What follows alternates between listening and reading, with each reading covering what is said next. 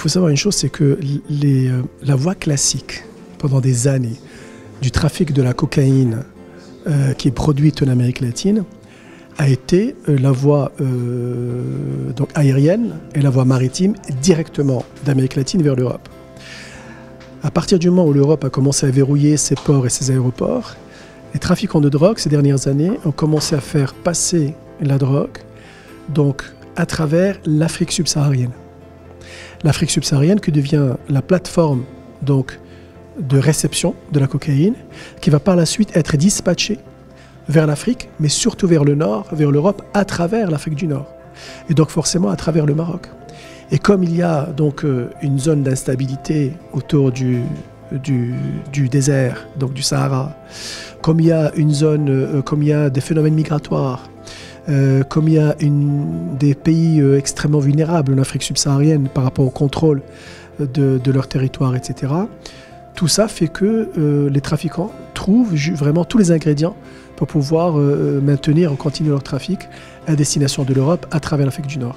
Et comme vous savez, tous les pays transitaires deviennent eux-mêmes quelque part relativement et un peu, toute proportion gardée, aussi des populations, des territoires cibles.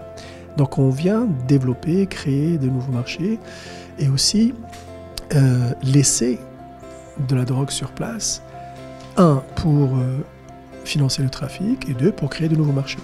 Donc le Maroc est exposé. Et ces 2 tonnes, 500 kilos qui ont été saisies l'année dernière au Maroc, et qui a fait d'ailleurs le buzz dans le monde entier, parce que c'est énorme, 2,5 tonnes de cocaïne, c'est énorme, c'est aussi énorme, prouve qu'il y a aujourd'hui un trafic extrêmement dynamique, donc qui vient de l'Amérique latine, qui passe par l'Afrique subsaharienne, par le Sahara, vers l'Afrique du Nord et notamment le Maroc. Aujourd'hui, l'OICS insiste pour que les décideurs de santé publique dans le monde fassent un effort supplémentaire pour essayer justement d'offrir des programmes thérapeutiques pour leurs concitoyens, pour les citoyens qui ont un problème d'addiction, mais des programmes thérapeutiques basés sur des faits scientifiques, basés sur une bonne pratique donc de la science et pas sur n'importe quelle technique. Au Maroc, le Maroc a connu ces dernières années une dynamique, un effort extraordinaire en matière de prise en charge des addicts. C'est pas encore suffisant. C'est loin d'être suffisant, mais c'est là. Et c'est très encourageant.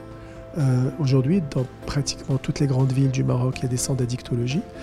Maintenant, il va falloir les multiplier, il va falloir les diversifier, il va falloir s'assurer que les traitements et les programmes thérapeutiques se basent sur des faits scientifiques, sur des techniques reconnues mondialement, sur le plan international, sur le plan scientifique. Mais il faut savoir aussi que le traitement sans la réinsertion ne sert à rien. Donc il faut absolument qu'il y ait un effort dans les programmes de réinsertion, de réhabilitation qui sont encore timides au Maroc.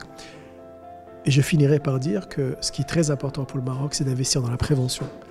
Le traitement est très important, la prévention l'est encore et l'est encore plus.